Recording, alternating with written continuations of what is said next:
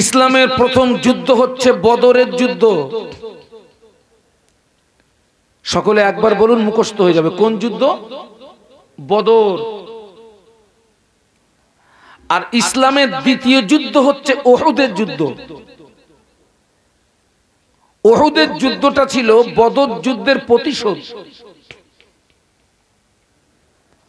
আল্লাহ পাকের হাজী বান্দা জানারা,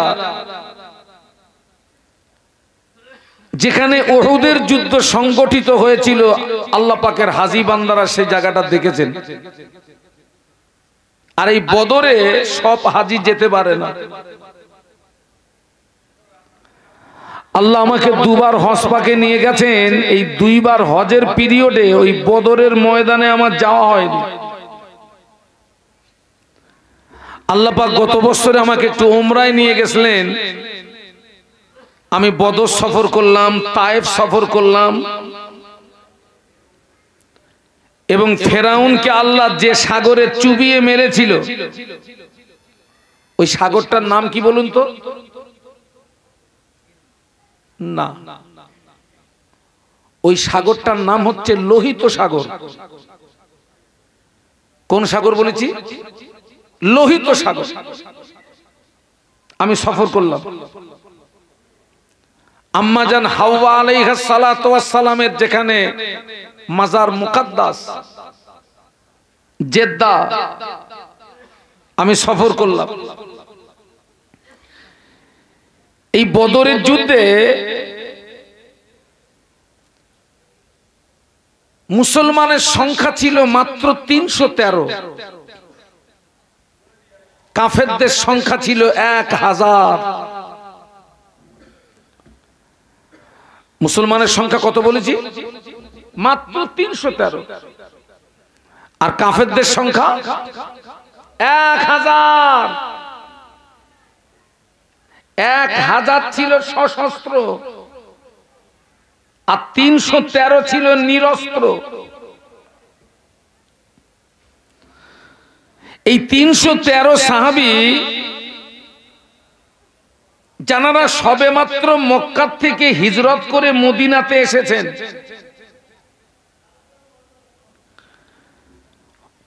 যে সাহাবীরা 313 জন মদিনাতে এসেছেন, আব্বা হারা, মা হারা, ঘর হারা, ভিটে হারা,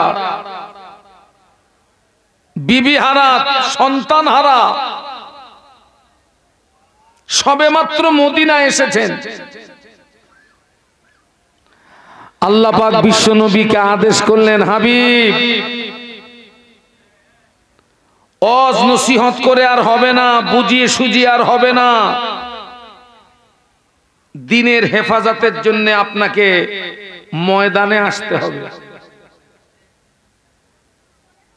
লড়াইয়ের ময়দানে আসতে হবে। দ্বীনকে বাঁচানোর জন্য, দ্বীনকে হেফাজত করার জন্য। পৃথিবীর জমিনে বহু ধর্ম আছে, আমি কোন ধর্মকে ছোট করতে আসিনি। তবে পৃথিবীর জমিনে যত ধর্ম আছে আল্লাহ পাকের কাছে একটি ধর্ম মনোনীত, সেই ধর্মের নাম হলো ইন্নাদ দীনা ইনদাল্লাহিল ইসলাম। একটু জোরে বলুন, আরো জোরে বলুন।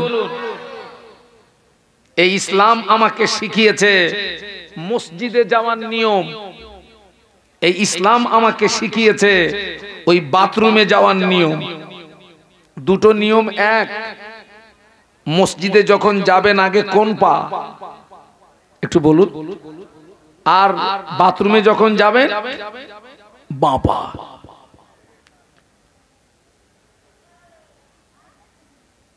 আল্লাহ নবী সাহাবীদের ডাকলেন। আল্লাহ নবী খুব টেনশনে পড়ে গেলেন, খুব দুশ্চিন্তায় পড়ে গেলেন। আমি যে বদরের ময়দানে যাব,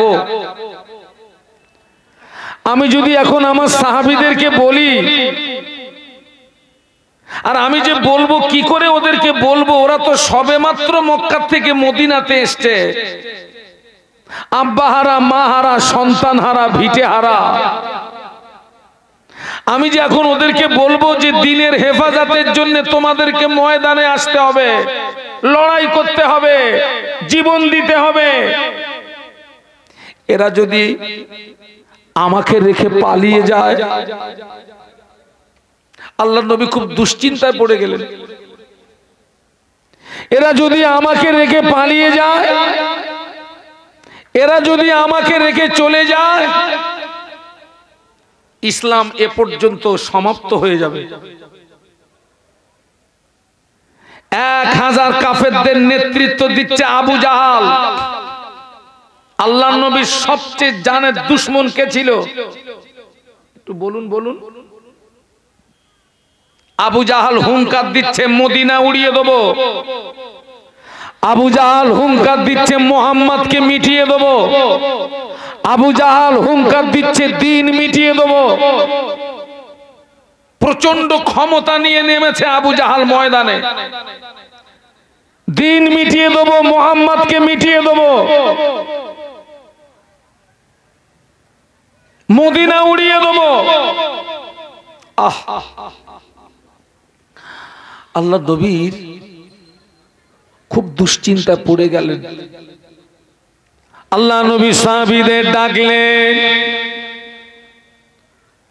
আল্লাহ নবী সাহাবীদের ডেকে বললেন, ও আমার সাহাবীরা, আল্লাহ পাক আমাকে আদেশ করেছেন বদরের ময়দানে যেতে হবে দ্বীনের হেফাজতের জন্য, ইসলামের হেফাজতের জন্য। বদরের ময়দানে যেতে হবে, আবু জাহালের মোকাবেলা করতে হবে। ও আমার সাহাবীরা, আমি তোমাদের কাছে মতামত চাইছি। দ্বীন হেফাজতের জন্য ময়দানে আসতে হবে, লড়াই করতে হবে, জীবন দিতে হবে। এ ব্যাপারে তোমাদের মতামত কি? তোমাদের নবীকে একটু জানিয়ে দাও। আল্লাহ আমাকে হুকুম করেছেন, আদেশ করেছেন, এখন আমি তোমাদের মতামত চাইছি। দ্বীনের হেফাজতের জন্য ময়দানে আসতে হবে, লড়াই করতে হবে, জীবন দিতে হবে। তোমাদের মতামতটা তোমাদের নবীকে জানিয়ে দাও। ও আমার মায়েরা, আল্লাহ নবী বললেন, লা ইউমিনু আহাদুকুম হাত্তা আকুনা আহাব্বা ইলাইহি মিন ওয়ালিদিহি ওয়া ওয়ালাদিহি ওয়ান নাস আজমাইন।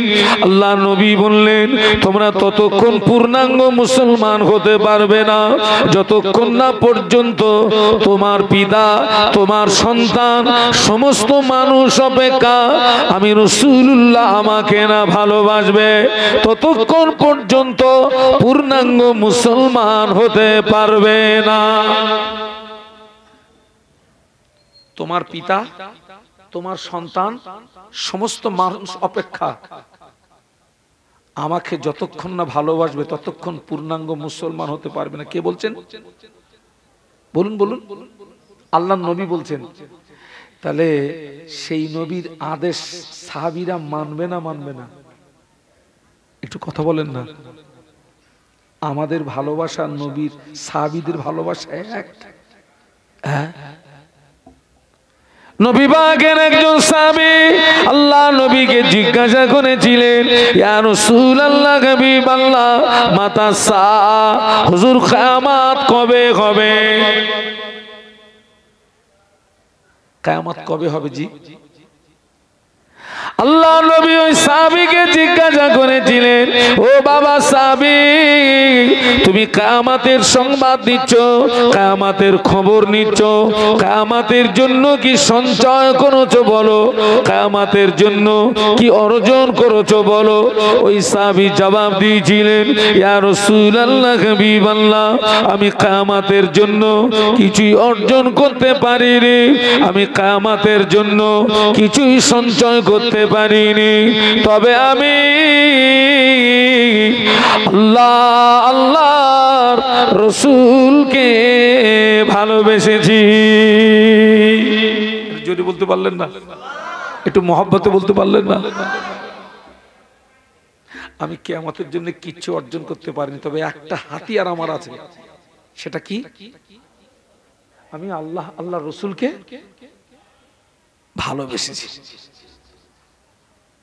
আল্লাহ নবী সাহাবীদের ডেকে যখন ময়দানে আসার কথা বললেন, ওই সময় সাহাবীরা বলেছিলেন, ইয়া রাসূলুল্লাহ, ইয়া হাবিবাল্লাহ, হুজুর আপনি ঘাবড়াবেন না, হুজুর আপনি ভয় পাবেন না, হুজুর আপনি আমাদের নিয়ে ময়দানে চলুন, হুজুর আপনি আমাদের নিয়ে ময়দানে চলুন, আমরা আপনার সামনে, আপনার পিছনে, আপনার ডায়ে, আপনার বায়ে সর্বক্ষণ আমরা যুদ্ধের ময়দানে আপনার সঙ্গী হয়ে থাকবো। একটু মহব্বতে বলুন না, আপনি আমাদের নিয়ে চলুন, আপনি ভয় পাবেন না, জি আপনি ঘাবড়াবেন না, আপনি আমাদেরকে নিয়ে ময়দানে চলুন, আমরা আপনার সামনে, আপনার পিছনে, আপনার ডায়ে, আপনার বাঁয়ে সর্বক্ষণ আমরা আপনার সঙ্গী হয়ে থাকবো। একটু জোরে বলুন। আল্লাহ নবী মুচকে হেসে ফেললেন খুশিতে। একটু সুবহানাল্লাহ বলবেন না? কারণ আল্লাহ নবী কিন্তু ভয় করছিলেন যে সাহাবীরা যদি আমাকে রেখে চলে যায়। ও আমার ভাইরা, আল্লাহ নবী সাহাবীদের নিয়ে ময়দানে আসলেন, বদরের ময়দান। আল্লাহ নবী বদরের ময়দানে আসলেন, বদরের ময়দানে যে সাহাবীরা তাবু গাড়লেন, আল্লাহ নবী একটা তাবুর ভিতরে প্রবেশ করলেন। আল্লাহ নবী একটা তাবুর ভিতরে প্রবেশ করে আল্লাহর নবী আল্লাহ পাকের জমিনে সিজদায় চলে গেলেন। আল্লাহ পাকের জমিনে সিজদায় পড়ে গিয়ে আল্লাহ নবী কাঁদতেছেন, আল্লাহ পাক, আল্লাহ পাক, তুমি যদি চাও তোমার দিনকে বাঁচিয়ে রাখবে, তুমি যদি দাও তোমার দিনকে বাঁচিয়ে রাখবে, আল্লাহ পাক এই বদরের ময়দানে আমাদের উপরে আসমান থেকে সাহায্য করো, আর তুমি যদি চাও তোমার দিনকে মিটিয়ে দেবে, এই বদরের ময়দানে আমাদেরকে শহীদ করে দাও। আল্লাহ তুমি যদি চাও তোমার দিনকে বাঁচিয়ে রাখবে, তো বদরের ময়দানে আসমান থেকে আমাদের উপরে কি করো, বলুন বলুন, সাহায্য করো। আর তুমি যদি চাও তোমার দিনকে মিটিয়ে দেবে, এই বদরের ময়দানে আমাদেরকে শহীদ করে দাও। আল্লাহ নবী কাঁদতেছেন। পৃথিবীর অন্য কেউ নবীর চোখের পানি সহ্য করতে পারলেও আল্লাহ আমার নবীর চোখের পানি সহ্য করতে পারেন না। একটু বলুন না সুবহানাল্লাহ, জোরে বলতে পারলেন না? পৃথিবীর অন্য কেউ নবীর চোখের পানি সহ্য করতে পারলেও আল্লাহ সহ্য করতে পারেন না। আল্লাহ নবীর কলিজা আছে না সাহাবী আবু বকর সিদ্দিক রাদিয়াল্লাহু আনহু গুটি গুটি পায়ে তাবুর ভিতরে প্রবেশ করলেন। আল্লাহ নবীর হাত মোবারকটা চেপে ধরলেন, ইয়া রাসূলুল্লাহ, ইয়া হাবিবাল্লাহ, হুজুর আপনি কাঁদবেন না, হুজুর আপনি সিজদা থেকে মাথা তুলুন, হুজুর আপনি কাঁদবেন না, যথেষ্ট হয়েছে, সিজদা থেকে মাথা তুলুন, আমি আবু বকর আপনার চোখের পানি সহ্য করতে পারি না। কিন্তু আল্লাহ নবী সিজদা থেকে মাথা তোলেন না। কাঁদতেছেন দিনের হেফাজতের জন্য। সুবহানাল্লাহ বলতে পারলেন না?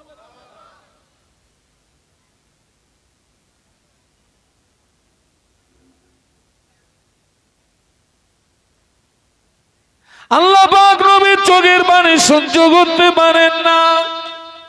মুসা আলাইহিস সালাম, ঈসা আলাইহিস সালাম, নূহ আলাইহিস সালাম, দাউদ আলাইহিস সালাম, লূত আলাইহিস সালাম, ওনারা আল্লাহ যে কাজে রাজি, মুসা নবী ওই কাজে রাজি। আল্লাহ যে কাজে রাজি, নূহ নবী ওই কাজে রাজি। আল্লাহ যে কাজে রাজি, দাউদ নবী ওই কাজে রাজি। আল্লাহ যে কাজে রাজি, ঈসা নবী এই কাজে রাজি।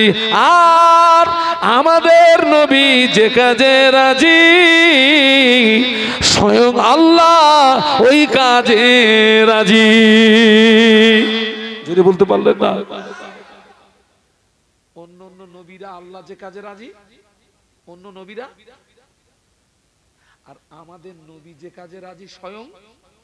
একটু সুবহানাল্লাহ বলুন, একটু মহব্বতে বলুন।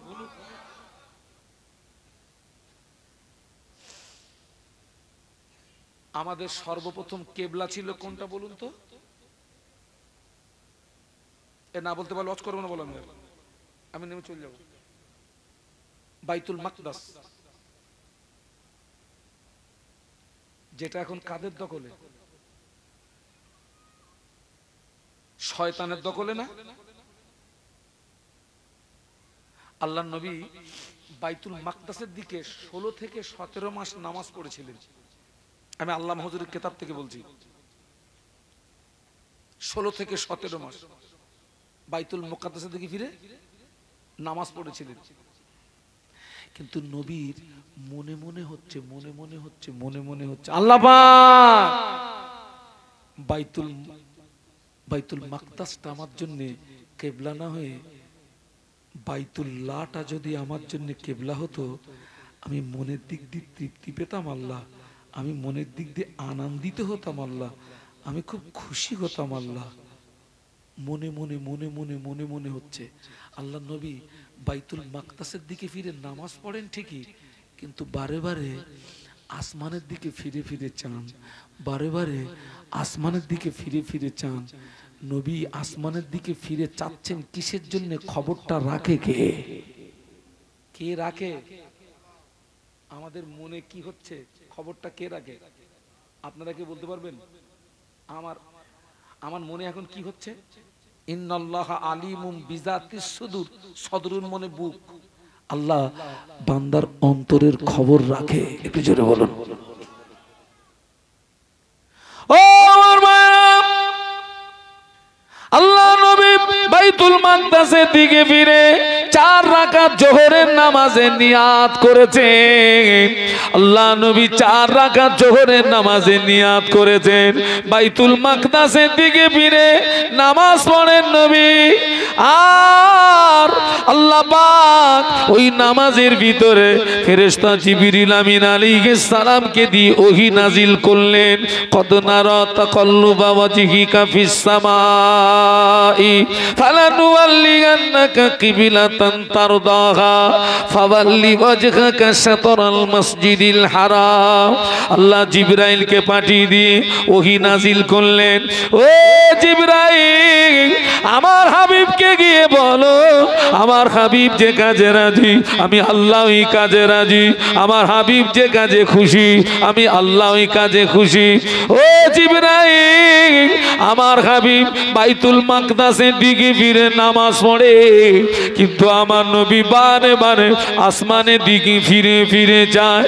নবীর মনে মনে হয় আল্লাহ পাক বাইতুল মাকদাসটা আমার জন্য কেবলা না হয়ে কাবা শরীফটা যদি কেবলা হতো, আমি খুশি হতাম, আমি আনন্দ পেতাম, আমি তৃপ্তি পেতাম। ও জিবরাইল, আমার হাবিবকে গিয়ে বলো আমি আল্লাহ পাক আমার হাবিবের জন্য আমি কাবা শরীফকে কিবলা বানিয়ে দিলাম। জোরে বলতে পারলেন না? 2 রাকাত নামাজ পড়েছিলেন বাইতুল মাকদাসের দিকে ফিরে। কোরআনের এই আয়াত যখন নামাজের ভিতরেই যখন কোরআনের এই আয়াত নাজিল হলো, আল্লাহ নবী নামাজের ভিতরেই চেহারাটাকে ঘুরিয়ে 2 রাকাত নামাজ পড়েছিলেন কাবার দিকে ফিরে। যেখানে কিবলা পরিবর্তন হয় ওই মসজিদটার নাম হচ্ছে মসজিদে কিবলাতাইন। আল্লাহ পাকের হাজী বান্দা কারা আছেন একটু হাত তোলেন। আলহামদুলিল্লাহ, আল্লাহ আল্লাহ আল্লাহ আল্লাহু আকবার। আপনারা যারা যেতে পারেননি, আমি দোয়া করি আল্লাহ যেন আপনাদের মক্কা শরীফ মদিনা শরীফের মেহমান হিসাবে কবুল করেন। বলুন আমিন। ছেলে মক্কা শরীফ মদিনা শরীফ ওটা ভাষায় বলা যাবে না। আমাদের ঘরের ছেলেরা অনেক সব টাকা পয়সা খরচ করে খারাপ খারাপ জায়গায় যায়। আমি ওদেরকে বলি, বাবা একটু টাকা জমিয়ে জমিয়ে জমিয়ে জমিয়ে জমিয়ে জমিয়ে রাখ, পারলে একটু মক্কা শরীফে যাবি, পারলে একটু মদিনা শরীফে যাবি। মক্কা শরীফে আছে খানায় কাবা, মদিনা শরীফে আছে কাবার কাবা। একটু জোরে বলুন। একটু জোরে বলেন না সুবহানাল্লাহ। তাকবীর দেন তো, নারায়ে তাকবীর। এই ছেলেরা জোরে বলো না, নারায়ে তাকবীর। দরুদ শরীফ আল্লাহুম্মা।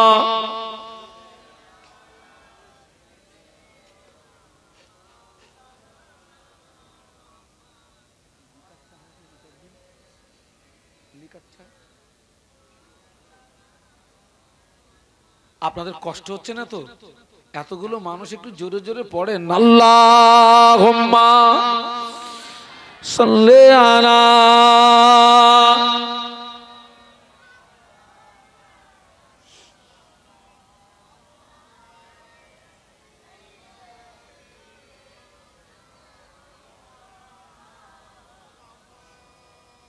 পয়গম্বরোं का रोजा दिखा दे खुदाया, दरे मुद्दत से मिला दे खुदाया,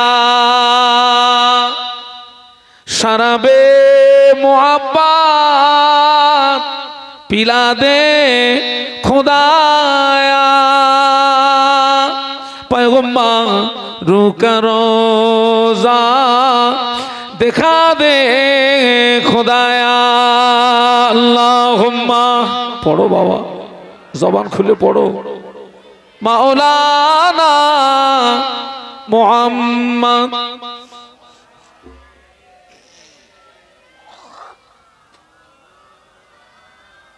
माशाल्लाह। একটু কলেমার জিকির, লা ইলাহা ইল্লাল্লাহ। মাশাআল্লাহ মাশাআল্লাহ।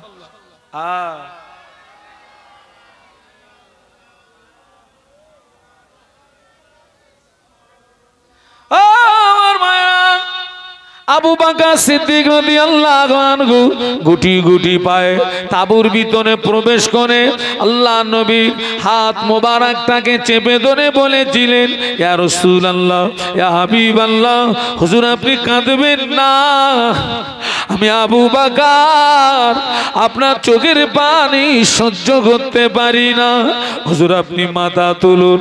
আল্লাহ নবী মাথা তোলেন না, আল্লাহ পাক নবীর চোখের পানি সহ্য করতে পারেন না।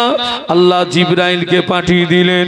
আল্লাহ জিবরাইলকে বলে, আ জিবরাইল, আমার হাবিবকে গিয়ে কাঁদতে মানা করে দাও, আমার হাবিবকে গিয়ে কাঁদতে নিষেধ করে দাও, আমার হাবিবকে সিজদা থেকে মাথা তুলতে বলো, আমার হাবিবকে শুনিয়ে দাও আমি আল্লাহ পাক আজ বদরের ময়দানে আমি আল্লাহ পাক আমার হাবিবকে একা ছেড়ে দিই না, স্বয়ং আমি আল্লাহ পাক আমার হাবিবের সঙ্গেই আছি। আমার হাবিবকে কি বলে দাও, আমি আল্লাহ আমার হাবিবকে একা ময়দানে ছেড়ে দিইনি, স্বয়ং আমি আল্লাহ আমার হাবিবের সঙ্গে আছি। জোরে বলুন সুবহানাল্লাহ। ও জিবরাইল, আমার হাবিবকে গিয়ে বলো আমি আল্লাহ পাক আজ বদরের ময়দানে জয়ের ঝান্ডাটা আমার হাবিবের হাতে তুলে দিয়েছি।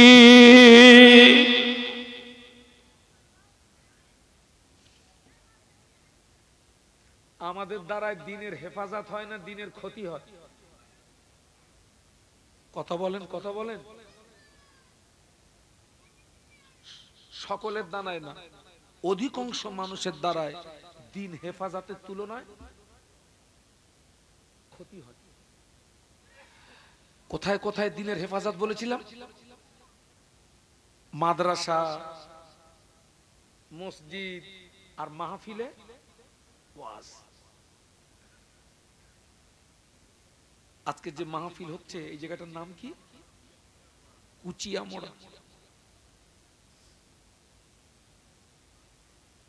এই যে আপনারা সারা রাত জেগে মাহফিল শুনছেন, এটা কিন্তু নফল ইবাদত। কি ইবাদত বলতো এটা? নফল। আর 5 ওয়াক্ত নামাজটা কি বলুন তো? ফরজ ইবাদত। একটা মানুষ সারা রাত মাহফিল শুনল, মাগরিবের নামাজ পড়িনি, এশার নামাজ পড়িনি, ফজরের নামাজও পড়ে না, লাভ হলো না লস হলো? এই ছেলেরা কথা বলো না কেন? তোমার 1 টাকা হারিয়ে গেছে, তুমি 5 টাকার মোমবাতি কিনে খুঁজতেছো। হারিয়ে গেছে কত? মোমবাতির দাম। লস হচ্ছে। মসজিদের সঙ্গে সম্পর্ক তৈরি করো, ওই জায়গাটায় দিনের হেফাজত হয়। নামাজের পার্টির সঙ্গে সম্পর্ক তৈরি করো। আজকে খবর নিয়ে দেখেন, এখন মাহফিল হচ্ছে মানে কুটুম আসা ফরজ, সুন্নত না নফল না। আপনাদের বাড়িতে সব কজন করে এসছে? 2-5 জন করে এসছে তো নাকি? আর কুটুম এসছে মানে তাদের তো মেহমানদারি করতে হবে না? করবেন না? ও না খেতে দিলে তো বাড়ি গিয়ে বদনাম করবে যে গিয়েছিলাম কিচ্ছু খেতে দেয়নি। মানুষের জাত ওরা। হ্যাঁ, যদি ডাল ভাত দেন তাও বদনাম হবে। ওরা মানুষের জাত। আমরা একটা কুটুম গেলে একটু গোশত জুটলো না। মেহমানদারি করবেন, মায়েরা মেহমানদারি করেন, কিন্তু খবর নিয়ে দেখেন অধিকাংশ মায়েরা এশার নামাজ পড়িনি। বাস্তব বলছি না বাস্তব বলছি? আমি একবার বলবো না মেহমানদারি করবেন না, কুটুম্বিতে করবেন না। এখন আপনি কুটুম্বিতে করুন, আপনার আখেরাতটা নষ্ট করে নয়। আপনি যাদেরকে গলা পর্যন্ত খাওয়ালেন, আদর যত্ন করে খাওয়ালেন, কিয়ামতের ময়দানে একটা নেকি যদি শর্ট পড়ে, ওদের কাছে গেলে নেকি দেবে? কেন দেবেন না? কেন?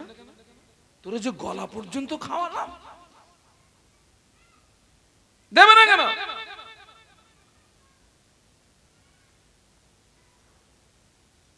কুটুম্বিতে করেন, নিজের আখেরাত নষ্ট করে নয়। আখেরাত নষ্ট করে নয়।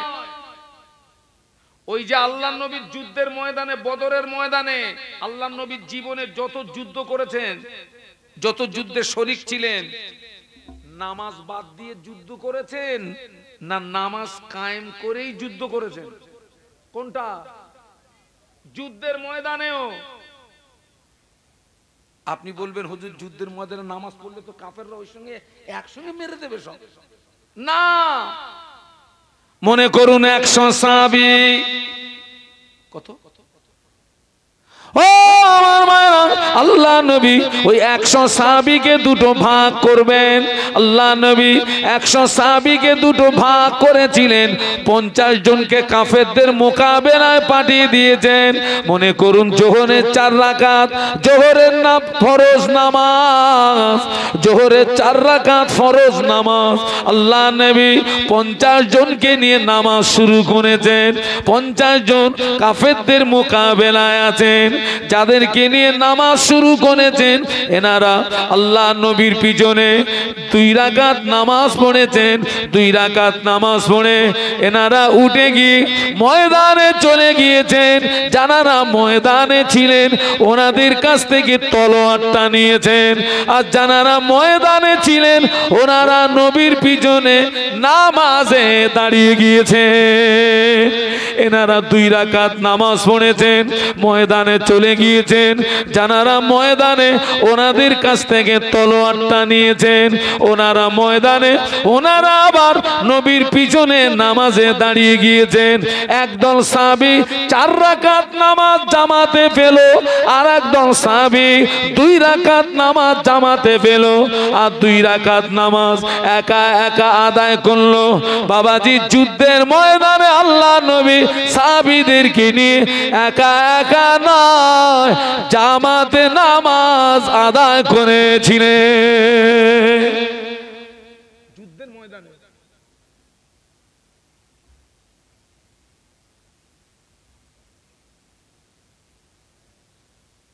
আজকের এখানে এই তো মসজিদ, মানে এখানে তো এসার জামাত হয়েছে। তো এসার জামাত কটায় হলো? 7:15। এসার জামাতে কতজন ছিলেন? 50 জন ছিলেন। আর আমাকে যেন ভুল বুঝবেন না, আমি যদি ভুল বলি আপনি আমাকে বলে দেন, আমি আমার কথা উইড্রো করব, লস হচ্ছে। যে নামাজ কায়েম করলো সে দিন হেফাজত করলো, আর যে নামাজ ছেড়ে দিল সে দিনের কি করলো? একটা দিনের স্তম্ভকে ভেঙে ফেললো। ইসলামের স্তম্ভ কটা? তার ভিতরে নাম্বার 1 হচ্ছে কলেমা, নাম্বার 2 হচ্ছে কি? নামাজ। কলেমার পরেই কি? এক্ষুনি যদি কোনো কাফের ইসলাম গ্রহণ করে, শরীয়তের প্রথম হুকুম তাকে এশার নামাজ পড়তে হবে। কারণ এশার নামাজের ফজরের ওয়াক্তের আগ পর্যন্ত এশার ওয়াক্ত চলে।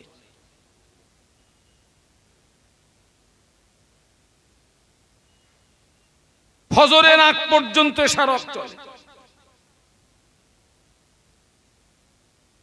মদিনার মসজিদে নববী শরীফে আজান হয়ে গেল।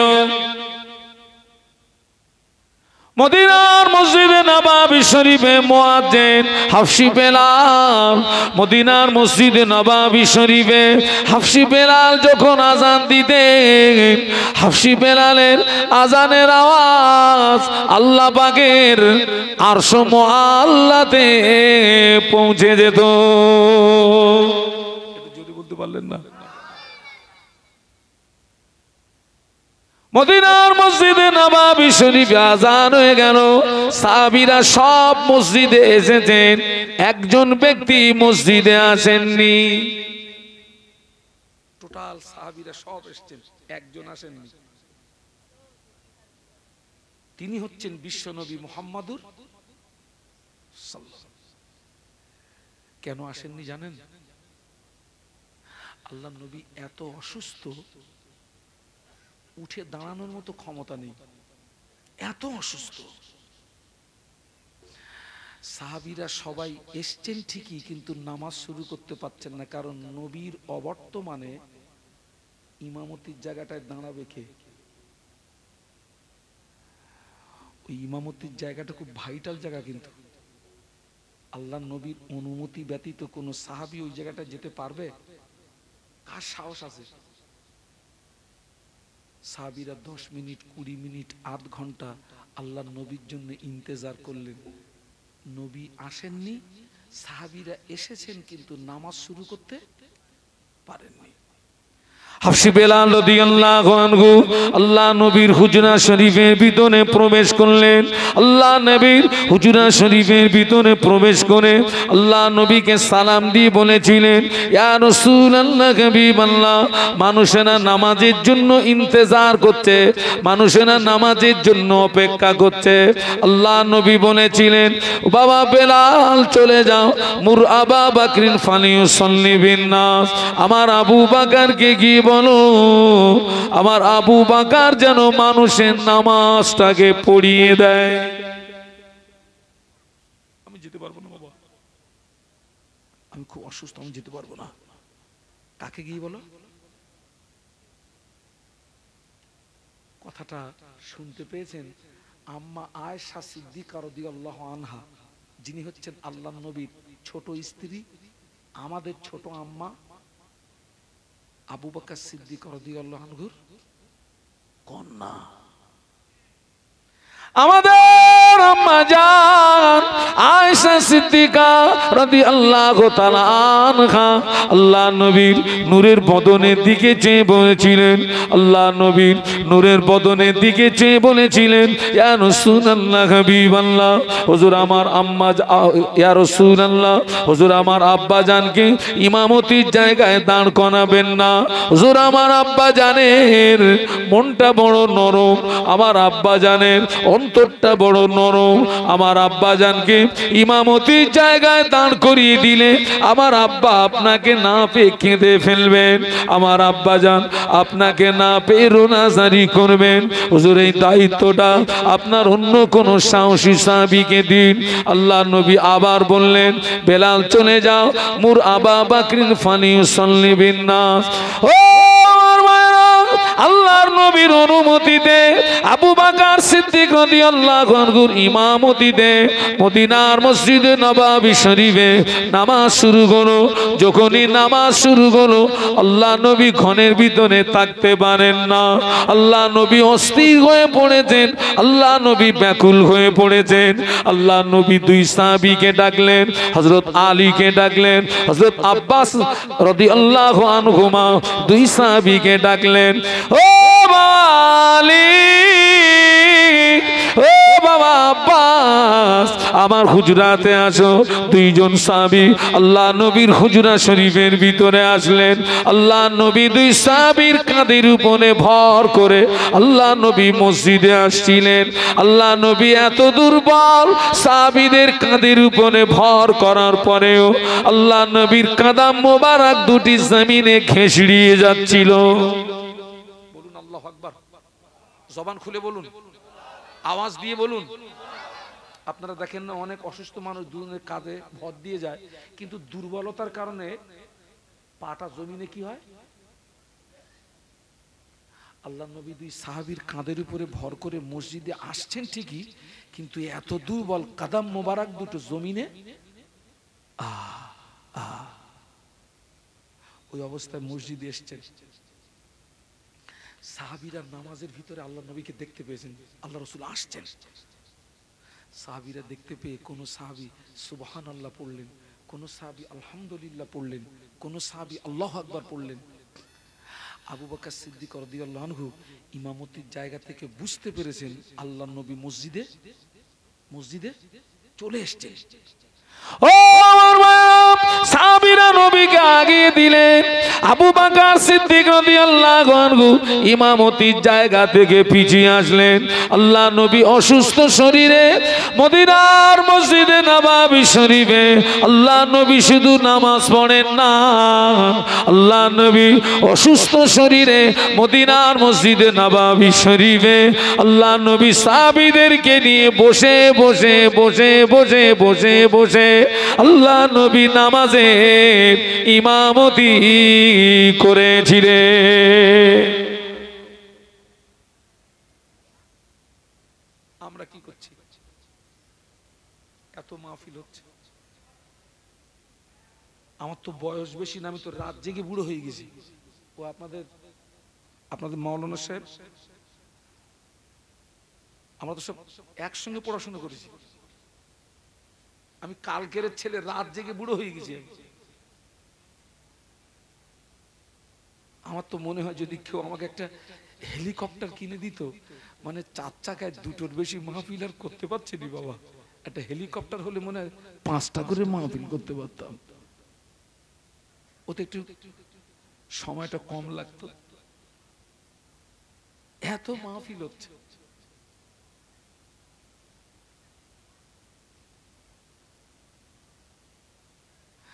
আজকের অসুস্থ শরীরে রাসূলুল্লাহ এসেছেন। ওই অসুস্থতার পিরিয়ডে এমনও দিন চলে গেছে আল্লাহর নবী টোটালে আসেননি। ওই আবু বকর সিদ্দিক রাদিয়াল্লাহু আনহুর ইমামতিতে নামাজ হচ্ছে। মদিনার মসজিদ আর বিশ্বনবীর হুজরা শরীফ কি পাশাপাশি পাশাপাশি পাশাপাশি। যেই মসজিদে আবু বকর হুজুরের ইমামতিতে নামাজ শুরু হয়েছে, আল্লাহর নবী এত অসুস্থ, মাথা উঁচু করার ক্ষমতা নেই। আমাদের আম্মা জানকে ডাকলেন, ও বিবি আয়েশা সিদ্দিকা রাদিয়াল্লাহু তাআলা আনহা, আমার মাথাটাকে একটু উঁচু করে ধরো। আয়েশা, আমার মাথাটাকে একটু উঁচু করে ধরো। আম্মা জান, আল্লাহ নবী মাথা মোবারকটাকে উঁচু করে ধরলেন।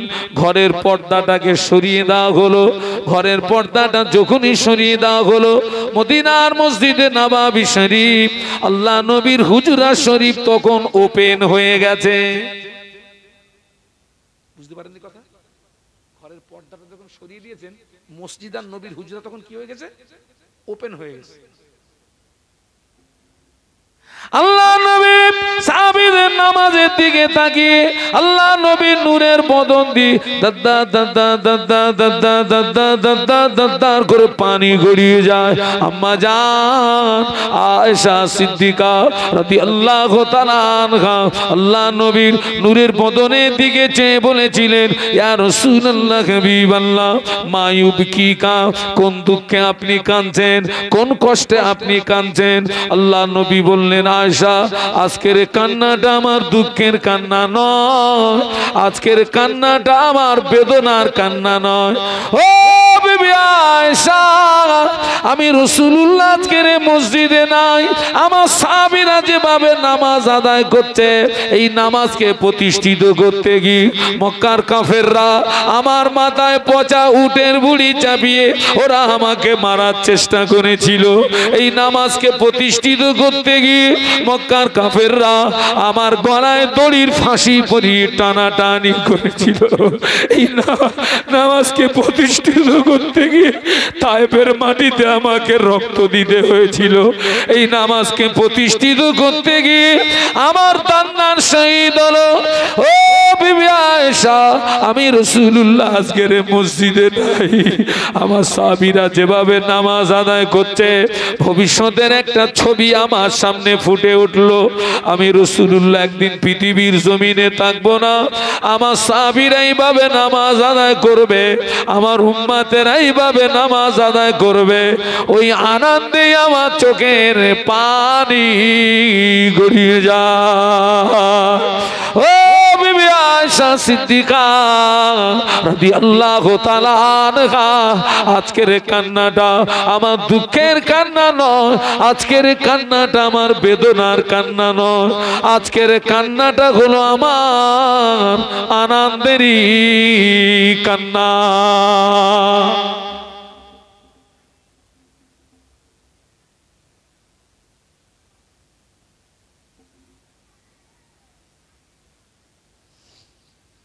তিনটে দায়িত্বের কথা বলেছিলাম, মনে আছে? নাম্বার 1 কি বলেছিলাম বলুন তো? তিনটে দায়িত্বের কথা বলেছিলাম না? আপনারা কিন্তু ভুলে গেছেন যে আমি আপনাদেরকে তিনটে দায়িত্বের কথা বলবো। নাম্বার 1, 2, 3 বলেছিলাম। নাম্বার 1 কি বলেছিলাম? বলেছিলাম এই নিয়াতে বসুন যে আজকের এখানে যে সমস্ত ওলামারা আসবেন শরীয়তের মাপকাঠিতে যে আলোচনাগুলো রেখে যাবেন, আল্লাহর রাস্তায় ওই আলোচনা মেনে নেব। ওর যদি মানেন তো আপনার জীবনে উপকার আসবে, যদি না মানেন মরণ পর্যন্ত অশোনো না। একেবারে কিচ্ছু পাবেন না বলবো না, তাবাররুকটা পাবেন। তাবাররুক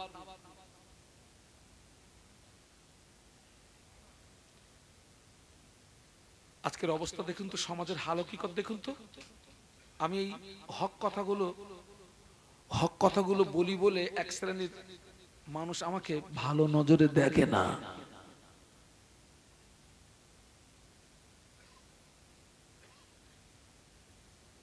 সমাজে অনেক মুসলমান আছে সারা জীবন শোনার পরেও বছরে 2 দিনের বেশি নামাজ পড়ে না। আছে না নেই? কোন নামাজ? জুমার নামাজ পড়ে না, 5 ওয়াক্ত নামাজ পড়ে না। মুসলমানের ছেলে দাঁড়িয়ে দাঁড়িয়ে দাঁড়িয়ে দাঁড়িয়ে পেশাব করে পানি নেয় না। মেয়েদের ঈদের নামাজ নাই, মেয়েদের জুমার নামাজ নাই, মেয়েদের ঈদের নামাজ নাই, মেয়েদের জুমার নামাজ নাই। সমাজের অনেক নারী সারা বছরে আল্লাহর জমিনে একটা সেজদা দেয় না। অনেক মহিলারা পেশাব করে পানি নেয় না। ওরা যদি বিনা তওবায় মারা যায় কিয়ামত পর্যন্ত তোদের কবরের আগুন বন্ধ হবে না। গ্যারান্টি দিয়ে গেলাম। আজও মুসলমানের ছেলে দাঁড়িয়ে পেশাব করে না করে না? হ্যাঁ আল্লাহ রে, এখান থেকে বেশ কিছুদিন আগে আমার একটা মাহফিল ছিল মালদা জেলার পাহাড়পুর। কোথায় বললাম? মালদা জেলা পাহাড়পুর। ওটা ছিল 11ই মাঘ, আজকে হচ্ছে আপনার 23শে মাঘ। 11ই মাঘ। এ আমার ডান পাশে যে বসে আছে এ হচ্ছে আমার পার্মানেন্ট ড্রাইভার, আর বাম পাশে যিনি আছেন ইনি হচ্ছেন আমার খাদেম। এই কম বেশি 16-17 বছর আছে আমার সঙ্গে। এখন আমি যেদিন ওই মালদাতে গেছিলাম, ড্রাইভার সেদিন ছুটি করলো।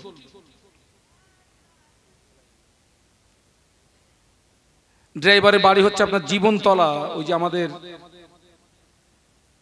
আমাদের খুব আপনার মহব্বতের মানুষ শওকাত মোল্লা সাহেবের এরিয়ার ছেলে। আপনার নাম শুনেছেন না? হ্যাঁ। তো আমি অন্য একটা ড্রাইভার নিয়ে গেলাম, লং রাস্তা। যাওয়ার সময় আমার সময় লাগলো 9 ঘন্টা, আর আসার সময় লাগলো 5.5 ঘন্টা। ওখানে গেছি, বলছে হুজুর আপনাকে 3-4 বছর খোঁজ দিয়েছি হুজুর, কিন্তু পাচ্ছি না। আজকে যেহেতু পেয়ে গেছি হুজুর, 4 ঘন্টা। আমি বললাম ওটা কি ভালোবাসা হলো? হুজুর মরে যায়, যাক হজ করো।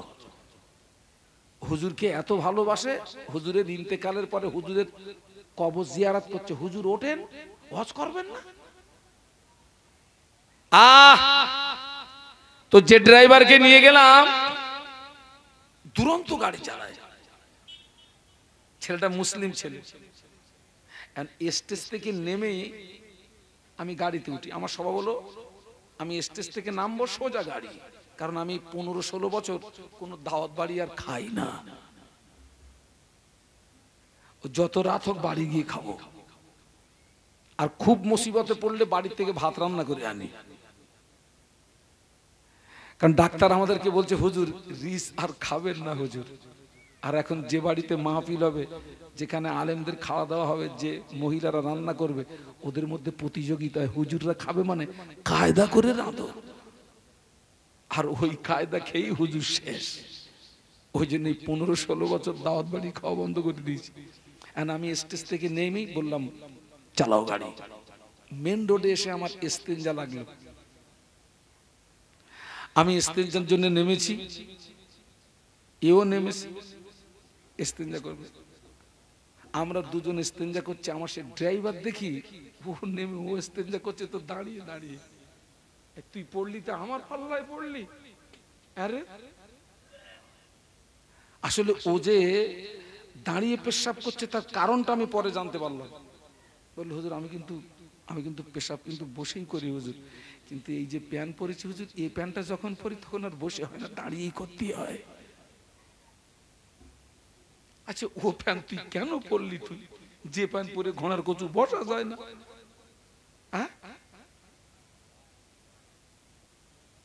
আজকের আমার মাদ্রাসার ইসালে সব, আগামী কাল এবং পরশু আমার মাদ্রাসার ইসালে সব।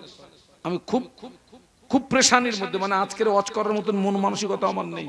আমি ওই প্রথম জলসাটাকে বারণ করেছিলাম, ভাই আমি আর যাবো না, আমি আর পাচ্ছি না। বলতে হুজুর না আসতে হবে। আবার গেলাম সেখানে।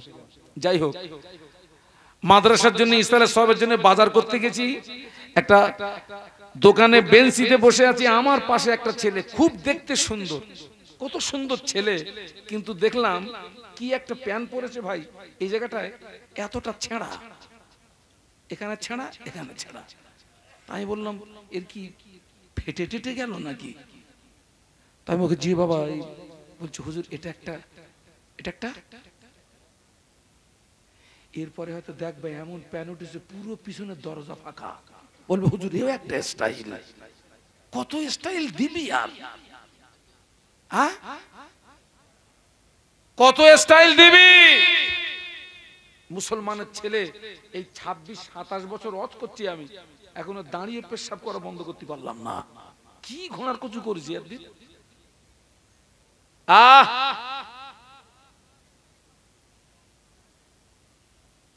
শুধু দুটো ঈদের নামাজ পড়ে, জুমার নামাজ পড়ে না, 5 ওয়াক্ত নামাজ পড়ে না। মেয়েদের ঈদের নামাজ নাই, মেয়েদের জুমার নামাজ নাই। সমাজে অনেক নারী সারা বছরে আল্লাহর জমিনে একটা সেজদা দেয় না। বাস্তব বলছি না বাস্তব বলছি?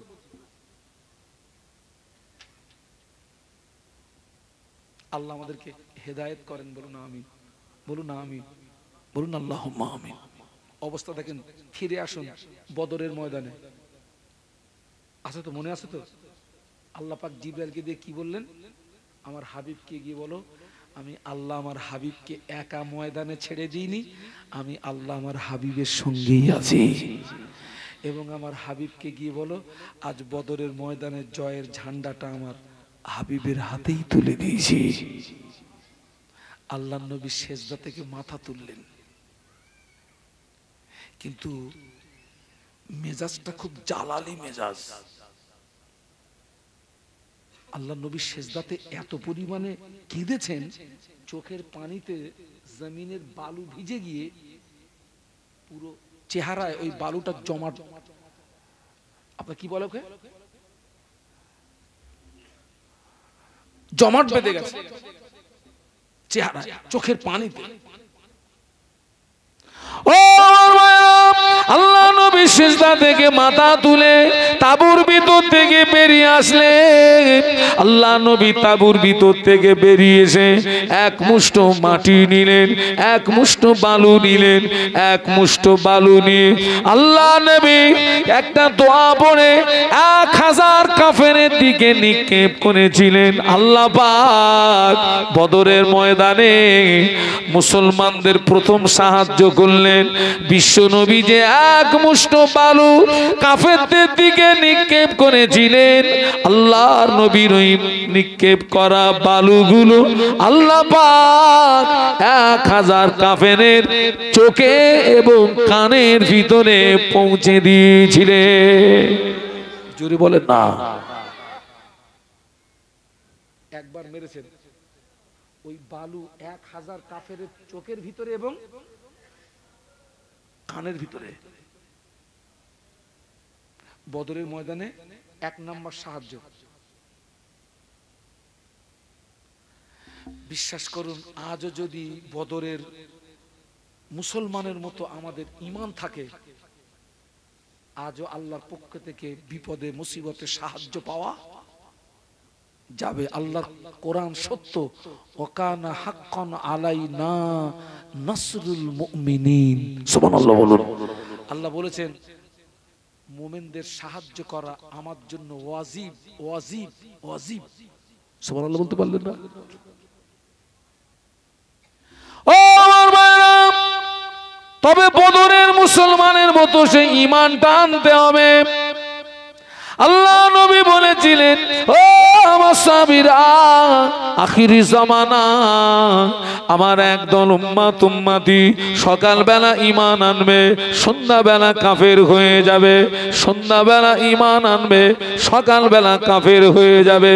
আল্লাহ নবী বলেছিলেন, ও আমার সাহাবীরা, আখিরি জামানা হাতের তালুতে আগুন রাখা যত না কষ্ট হবে, তার চেয়ে আরো বেশি কষ্ট হবে ঈমান নিয়ে বেঁচে থাকা। এখন ঈমান নিয়ে বাঁচা সহজ না কঠিন?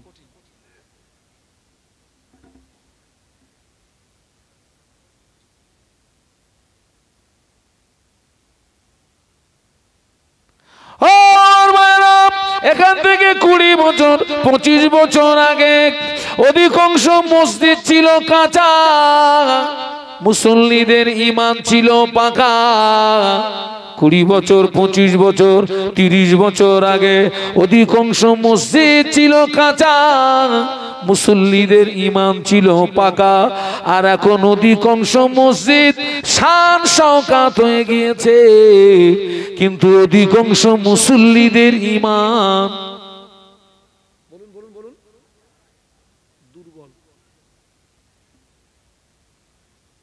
দুর্বল, দুর্বল।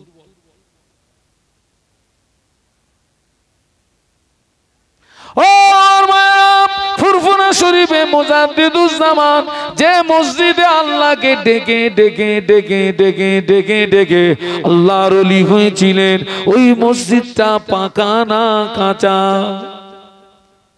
কাঁচা মসজিদে আল্লাহ হাসিল করে ফেললেন, কাঁচা মসজিদে আল্লাহকে ডেকে ডেকে ডেকে ডেকে মুজাদ্দিদিয়াতের লাকাব পেয়ে গেলেন, মুজাদ্দিদিয়াতের লাকাব পেয়ে গেলেন। আর আমরা মসজিদে এসি লাগিয়ে আল্লাহ পাওয়া যায় না। এখন অধিকাংশ মসজিদ কি হয়ে গেছে বাবা?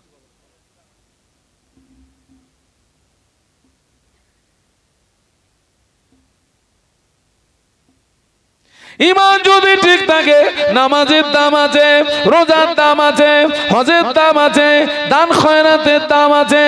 ইমান যদি ঠিক থাকে, তাসবিহ তিলাওয়াতের দাম আছে, জিকির আজকার মোরাকেদা মোশাকেদার দাম আছে। ইমান যদি ঠিক না থাকে বেটা, তোর আমলের মূল্য নাই, 4 পয়সার কোনো দাম নাই। বদরের ময়দানে আল্লাহ পাক মুসলমানদের 2 নাম্বার সাহায্য করলেন। ওই বদরের ময়দানে আল্লাহ পাক 5000 ফেরেশতা নাজিল করেছিলেন। জোরে বলতে পারলেন না? একটু মহব্বতে বলতে পারলেন না? তাকবীর দেন তো, নারায়ে তাকবীর। জোরে বলুন তো, নারায়ে তাকবীর। কহাজার 5000 ফেরেশতা আল্লাহ নাজিল করেছিলেন। যে পাহাড়টাতে ওই 5000 ফেরেশতা নেমেছিল, পাহাড়টা ছিল বালির পাহাড়। আল্লাহ আমাকে দেখালেন, আমি বদরে গেছিলাম, তখন রাত হয়ে গেছে। সেই পাহাড়টা দেখলাম, টোটাল পাহাড়টা বালুর পাহাড়। আমার সঙ্গে আমার ছেলে ছিল, আমার মেয়ে ছিল, আমার স্ত্রী ছিল। আমি ওদেরকে বললাম, নয়ন ভরে দেখে নে, আজ জীবনে আসতে পারবো গ্যারান্টি নেই। আল্লাহ পাক তৌফিক দিয়েছেন, নয়ন ভরে দেখে নে।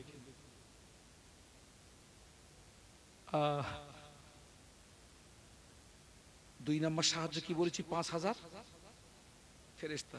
3 নাম্বার সাহায্য, আল্লাহ নবী যেদিকে সাহাবীদের নিয়ে দাঁড়িয়েছেন, ওই দিকটা হলো বালু মাটি। আবু জাহাল সৈন্যদেরকে নিয়ে যে দিকটা দাঁড়িয়েছেন, ওই দিকটা ছিল এঁটেল মাটি। ওই দিকটা কি মাটি? আমাদেরটা? আচ্ছা বলুন তো, যুদ্ধ করতে সুবিধা হবে কাদের?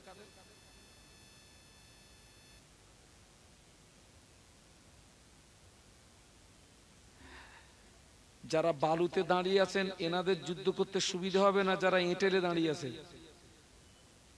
না, যারা বালিতে দাঁড়িয়ে আছে ওদের যুদ্ধ করতে অসুবিধা হবে, কারণ বালুতে পা কি হয়? দেবে যায়, দেবে যায়, দেবে যায়। সোয়ারিদের পা গুলো কি হবে?